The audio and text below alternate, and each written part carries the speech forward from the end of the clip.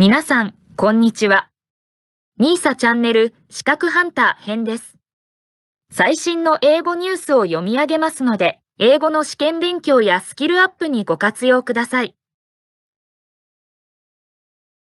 Ukraine economy set to experience deep recession, IMF says. March 14, 2022, 8:53 p.m. VOA News. Residents leaving Kiev are pictured stuck in a highway after Russian President Vladimir Putin authorized a military operation in eastern Ukraine, February 24, 2022. Washington.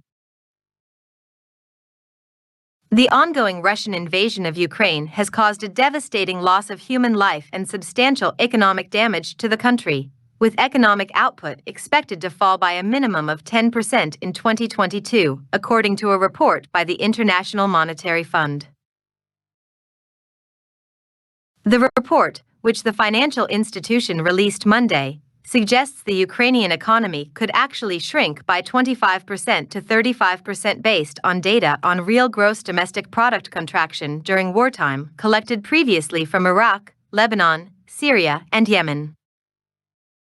A prolonged recession and mounting reconstruction costs are to be expected on the heels of a humanitarian crisis, the IMF said.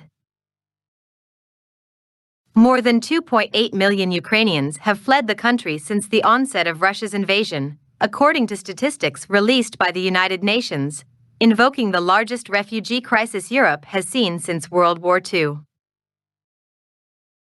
People flee under a destroyed bridge to cross the Irpin River as Russia's invasion on Ukraine continues, in Irpin outside Kiev, Ukraine, March 9, 2022.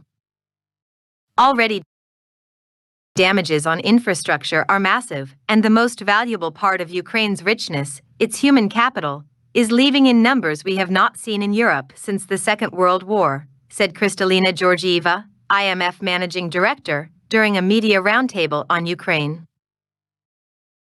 Even if hostilities were to end right now, the recovery and reconstruction costs are already massive.